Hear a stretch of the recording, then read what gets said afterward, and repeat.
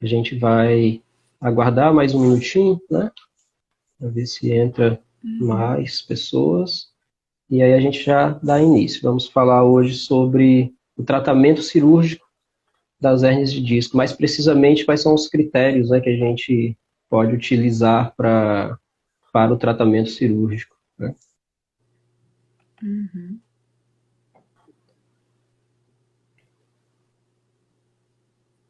Acho que se o pessoal também tiver alguma dúvida, podia perguntar, que a gente responde também, né? A gente pode Exatamente. responder. Exatamente. Então, pessoal, quem quiser ir já deixando alguma pergunta aqui no chat, vai mandando, tá? O tema é hérnia de disco, então qualquer pergunta relacionada a esse assunto, manda pra gente, tá? Eu vou apresentar aqui a doutora Tânia, neurocirurgiã, tá? Ela vai estar presente com a gente na Semana Multiprofissional do Tratamento da Dor, e hoje a gente está dando início a uma série de lives que vão acontecer hoje, amanhã, depois, com alguns dos nossos palestrantes do nosso evento, para que vocês já possam ir conhecendo um pouco dos profissionais e um pouco de como que vai ser o nosso evento, né?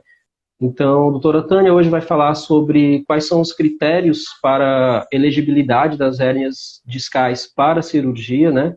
A gente sabe que hoje o tratamento conservador evoluiu muito no tratamento das hérnias discais e que a maior parte das hérnias respondem bem ao tratamento conservador, mas ainda assim existem alguns casos que precisam de indicação cirúrgica, são mais raros e aí acaba até dificultando mais ainda, né, essa indicação. Então, vamos falar com a especialista, com quem realmente é a mais indicada para o assunto, né?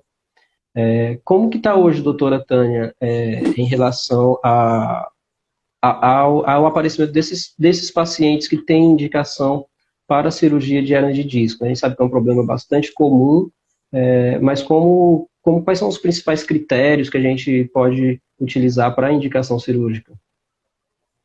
Então, um dos critérios que a gente utiliza para indicação de hérnia de disco o principal é déficit neurológico, né? Uhum, Principalmente déficit motor. Se o paciente tiver, por exemplo, um pé caído, um sinal de radiculopatia importante, um sinal de mielopatia, né? Se for uma hérnia de disco cervical uhum, importante, tem indicação cirúrgica, né?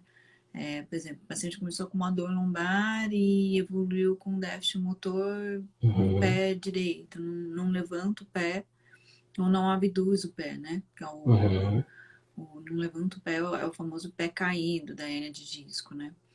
Então a gente sabe que essa hérnia está comprimindo, ela é muito grande, né? Que está comprimindo a região de estrutura da raiz nervosa que faz aquele miótomo, né? Que faz responsável por aquele grupo muscular de fazer aquela função motora. Então, essa cirurgia, esse paciente tem medicação de operar essa hérnia de disco para descomprimir essa raiz, para preservar a função neuronal desse nervo, né? Uma outra indicação é a síndrome da cauda equina. Uma hérnia de disco uhum, na região da cauda equina pode comprimir essas raízes que são responsáveis pela alteração do esfíncter, né? Do esfíncter urinário, do esfíncter fecal, que tem indicação de urgência, de cirurgia de urgência até, né? O déficit progressivo, o paciente começou com uma paresia, ele está movimentando mais ou menos, ele está piorando o déficit até ficar sem movimentar, isso uhum, também tem uma indicação de urgência da cirurgia, né? Um déficit sensitivo, o paciente tem uma parestesia que não melhora, na eletromiografia confirmou que ele tem uma radiculopatia sensitiva também, que não está melhorando com o tratamento clínico, tem indicação de operar, tá? Esse ano acho que saiu na Nature um trabalho que eles fizeram que alguns grupos de pacientes acima de 12 semanas que não respondem com tratamento clínico tem uma boa indicação cirúrgica também, tá? uhum, Isso são as abordagens cirúrgicas que a gente faz para hérnia de disco, né? Para descompressão discal. Mas existe uhum, também algumas possibilidades cirúrgicas que a gente faz para o tratamento da dor da hérnia de disco sem operar, sem retirar a hérnia, né? que é o bloqueio, né? Sim. A infiltração perirradicular em volta da raiz, que a gente tira o paciente da crise álgica e consegue reabilitar ele com a fisioterapia sem fazer uma intervenção cirúrgica propriamente dita na hérnia, né? A gente é um procedimento cirúrgico, é feito no centro cirúrgico, mas a gente não retira a hérnia, não mexe na hérnia, não Uhum. mexe no disco. A gente vai injetar uma solução de remédio, que pode ser várias opções de medicamento que a gente injeta, e para aliviar a dor desse paciente, para que ele consiga, né, ser reabilitado na fisioterapia, com tratamento clínico, medicamentoso e todo acompanhamento multidisciplinar. Perfeito. Perfeito. Eu tinha até uma pergunta que você já até respondeu, uma boa parte dela, que é em relação ao tempo, né? A gente sabe que hoje até as hérnias maiores, né, elas têm uma taxa de regressão espontânea muito alta, né? Então, se a gente esperar ali 6 meses, um ano, a gente tem uma chance muito grande dessa hérnia ser reabsorvida espontaneamente com tratamento conservador, né? Agora, Enquanto maior a hérnia, maior a chance dela ser, dela regredir, né? Porque o que sim, acontece? O disco, para quem não sabe, ele é como se fosse um amortecedor entre uma vértebra e outra, né? Então, para a gente formar uma hérnia de disco, ele precisa sofrer, né? Umas arranhura que a gente chama. Então, que são as fissuras discais e começa com uma protusão, uma extrusão, até formar a hérnia de disco.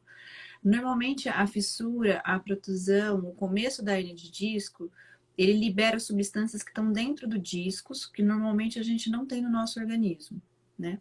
São algumas substâncias que vão inflamar e vão irritar essa região, que é responsável pelos sintomas, principalmente de dor. São aquelas dores incapacitantes, que o paciente fica com uma lombalgia, uma cervicalgia importante. Essas reações, essas substâncias, né, inflamatórias, ela pode irritar a raiz e fazer até uma radiculopatia. Nesse caso, vai ser uma radiculopatia inflamatória, não vai ser uma radiculopatia compressiva, né? Como a hérnia de uhum, disco extrusa, comprime. Então, nesses casos, a gente faz, às vezes, o paciente não está respondendo bem ao medicamento, a gente faz um procedimento que é a infiltração, jogar remédio nessa região, né? Para desinflamar, melhorar o sistema álgico do paciente, para ele poder uhum, reabilitar com a fisioterapia, para dar tempo ao organismo reabsorver essa hérnia, né? Como ela é uhum. composta de um líquido, também uma água, ela desidrata, retrai de tamanho, descomprimindo, se ela estiver comprimindo em volta a parte da raiz, a parte motora. Né? Legal, Então, o então, principal são essas substâncias inflamatórias que causam inflamação. E a hérnia de disco grande, ela extrui tudo para fora, ela não libera tanta substância inflamatória. Então, o paciente ou vai ser cirúrgico, que comprimiu, ele é muito grande, ela uhum, comprimiu, então ela vai ter um déficit neurológico, é cirúrgico de urgência. Ou esses pacientes que tendem a responder melhor ao tratamento clínico dentro de 12 semanas, 6 meses. Por quê? Porque ele extruiu. Como é uma substância que a gente não tem no nosso corpo, quando o disco sai para fora, né, que tem extrusão, hérnia de disco, o organismo reage àquela substância como um corpo estranho, como se fosse uma bactéria.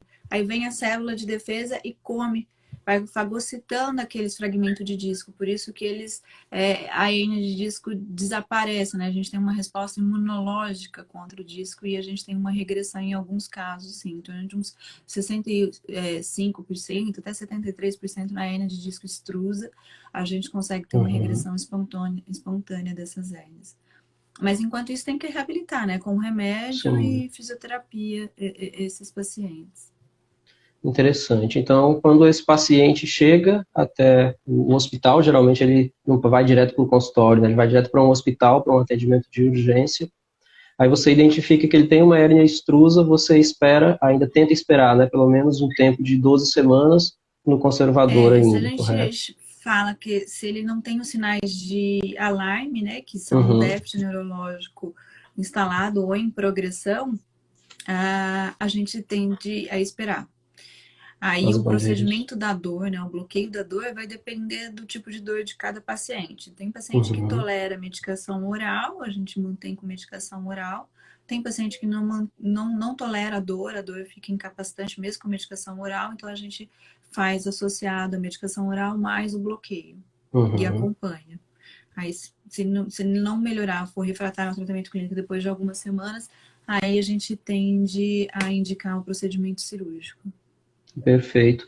E existe alguma, em termos da etiologia dessas hérnias, essas que aparecem de repente, por acaso são mais de origem traumática, assim, porque geralmente o paciente que é crônico, né, aquele que já tinha uma dor há vários meses, de repente ele fez ali uma ressonância, identificou que tem uma hérnia acontecendo, talvez aquele sintoma, né, aquela sintomatologia dele nem esteja diretamente associada com o material, com a estrutura, né?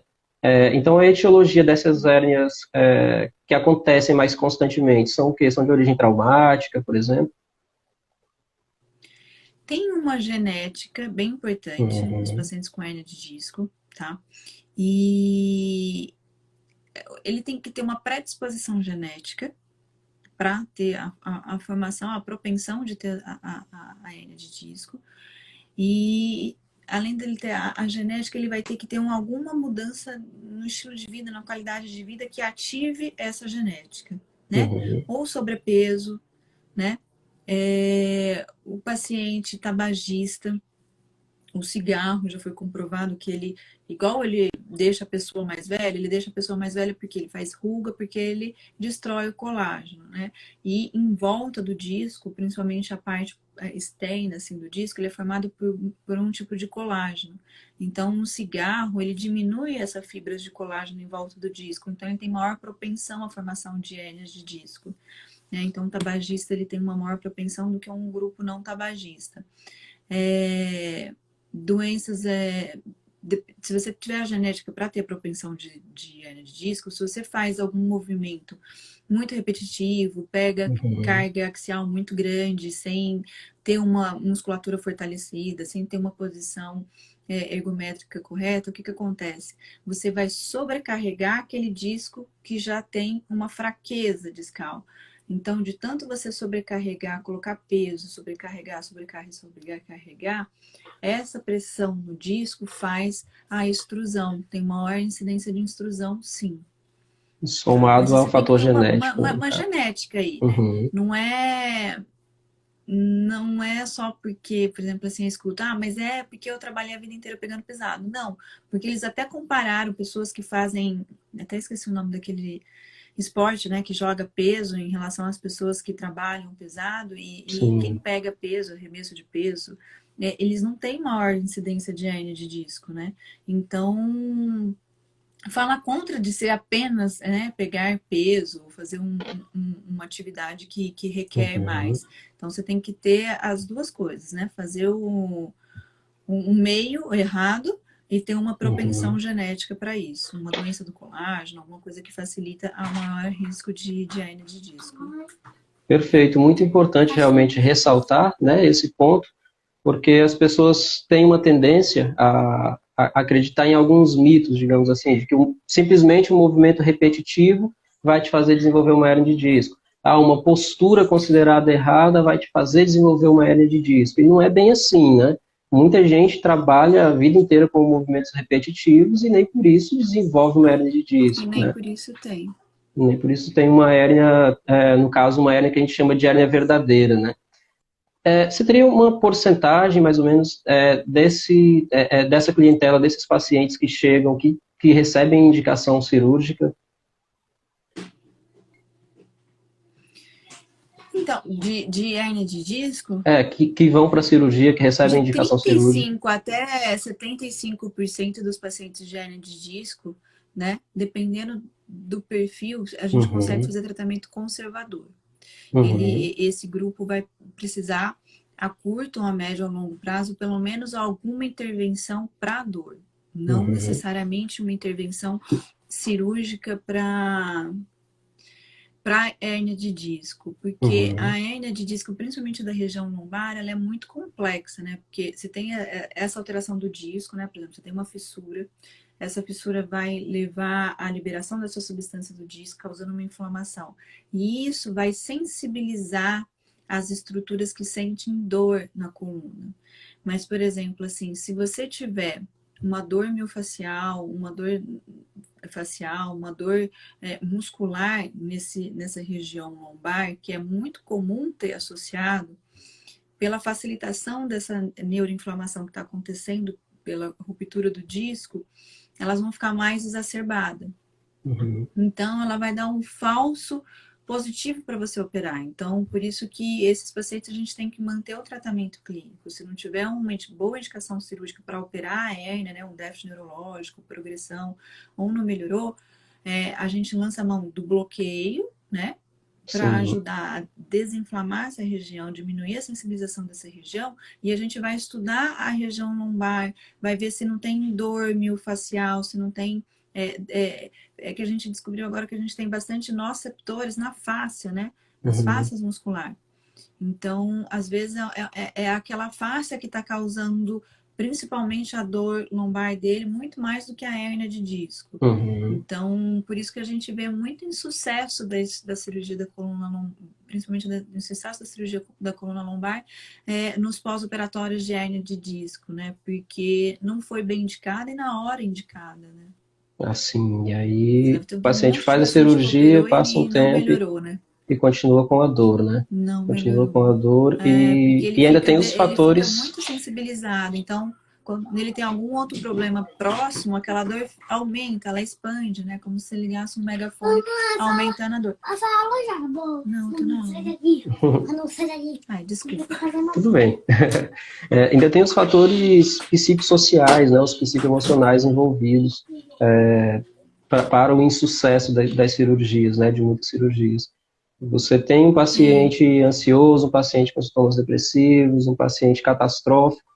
De repente ele faz a cirurgia, meses depois a dor dele ainda continua do mesmo jeito. Não E melhorou. não Tem melhora. até umas tabelas em alguns países que se o paciente tiver um índice de catastrofização muito alto, ele não tem indicação de fazer cirurgia de procedimento de dor para coluna lombar. Alguns estudos mostram assim, que a região da dor, né, lombar, no cérebro, ela é interpretada numa região que tem muita conexão com o nosso sistema límbico, com a nossa emoção. Então, muita parte do nosso problema psiquiátrico, emocional, ele ativa essas regiões que já estão, por exemplo, hipersensibilizadas, aumentando a sensação dolorosa da região lombar. Então, é o que acontece nos pacientes catastróficos. Esses centros cerebrais, eles estão neuromodulados. Então, não adianta eu intervir aqui embaixo, sendo que o problema está aqui em cima. Então, eu Uhum. preciso neuromodular ele para depois fazer uma abordagem lá embaixo, porque senão a chance de insucesso é muito grande.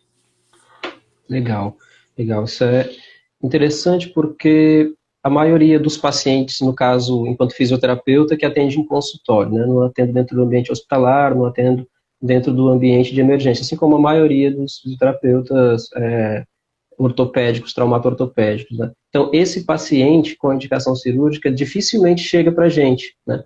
Esse paciente dificilmente chega com esse quadro clínico do pé caído, chega muito pouco.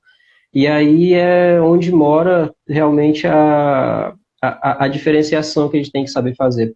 Por não recebermos com muita frequência, nós acabamos recebendo mais os pacientes crônicos, os pacientes que já vivem com aquela dor há muito tempo e que não têm o déficit progressivo. Acaba que quando esse paciente chega até o consultório diretamente, o paciente com os déficits progressivos, muitos profissionais dentro do ambiente ambulatorial acabam não sabendo identificar a necessidade de encaminhar diretamente para o serviço hospitalar, né? E aí eu digo isso por isso que eu te fiz aquela pergunta sobre essa porcentagem, né? Qual a incidência desses pacientes que chegam e vão ter a indicação para cirurgia. Porque dentro do consultório, essa indicação é muito pequena, é tipo 5%, digamos, por aí, né? Os outros 95% são Porque eu os acho que quadros vocês mais ficam mais comuns. com o paciente crônico mesmo, né? Uhum, Normalmente as indicações que a gente opera a hérnia de disco são aqueles pacientes que têm uma hérnia aguda mesmo. Sei lá, foi abaixar para pegar um peso, uhum, evoluiu com uma lombalgia e na sequência caiu o pé. Ou tem paciente que nem faz a lombalgia, às vezes faz uma hérnia de disco extrusa tão grande que para de urinar, tem retenção Sim. urinária, bexigoma, e normalmente eles não vão para você, porque é uma coisa Não, tão aguda e tão súbita, né, que eles assustam. Pô, eu perdi o movimento da minha perna, perdi o controle do meu esfíncter urinário, não consigo urinar. Eles vão para pronto-socorro. Aí esses perfeito. pacientes, eles têm uma certa urgência neurológica mesmo, eles precisam ser operados mais rápido. Normalmente, quando cronifica, até mesmo a gente, é muito pouco a taxa de incidência de cirúrgica, Uhum, porque a hérnia de disco que cronifica, normalmente, ela tem associado a outras coisas, né? A dor miofascial, desgaste facetário. Então, normalmente a gente indica mais procedimento cirúrgico para o controle da dor do que propriamente a exeres da hérnia, né? Os tipos de cirurgia que a gente faz para poder retirar a hérnia de disco. certo. E tocando nesse assunto hoje, quais são os tipos de procedimentos mais comuns que se realizam? E o tempo de recuperação, mais ou menos, acho que é uma curiosidade que a maioria das pessoas tem, desse paciente cirúrgico. Quais são, enfim, os Existem procedimentos mais várias comuns? técnicas hoje em Uhum, dia, né? Tem a endoscópica para poder tirar só a hérnia de disco, né? Sem grandes incisões, faz só uma uhum, microincisão. Tem uma técnica cirúrgica que a gente tira só o pedaço do disco que está herniado. Tem outra uhum, técnica cirúrgica que a gente tira o disco, a hérnia que está para fora, mais o disco inteiro, substitui por um cage. Depende, aí cada paciente, cada coluna vai ser uhum. individualizada e vai ver qual é a melhor abordagem cirúrgica e qual é a melhor técnica cirúrgica para aquele paciente. Perfeito. Doutora, muito obrigado. Eu estou olhando aqui no relógio, né? Estamos chegando ao final do nosso tempo determinado. Pessoal, se Obrigada, alguém. obrigada pela oportunidade. Eu que agradeço a sua disponibilidade. Se alguém tiver alguma pergunta, pessoal, faz agora. A doutora Tânia vai estar presente, se eu não me engano, na Acho terça, que terça-feira, quarta-feira, né? terça-feira, né? É Na terça-feira. semana multiprofissional do tratamento da dor, tá? Um evento que a gente está trazendo para integrar várias profissões, né? Que atuam diretamente com o profissional, com o paciente com dor. Para mim, particularmente, foi bastante objetiva, né? Essa conversa e bastante esclarecedora, assim como eu espero que tenha sido para vocês também que estão assistindo. Se tiverem alguma dúvida, deixem agora. Obrigada, Elaine. Então, é isso, doutora Tânia, É, muitíssimo se vocês obrigado. também não tiverem pergunta agora, quiser me mandar inbox, pode me mandar sem problema nenhum. É isso aí, pessoal. E até a Obrigada, até semana que terça, vem, tá? gente. Até terça. Tchau. Obrigada, beijo, tchau.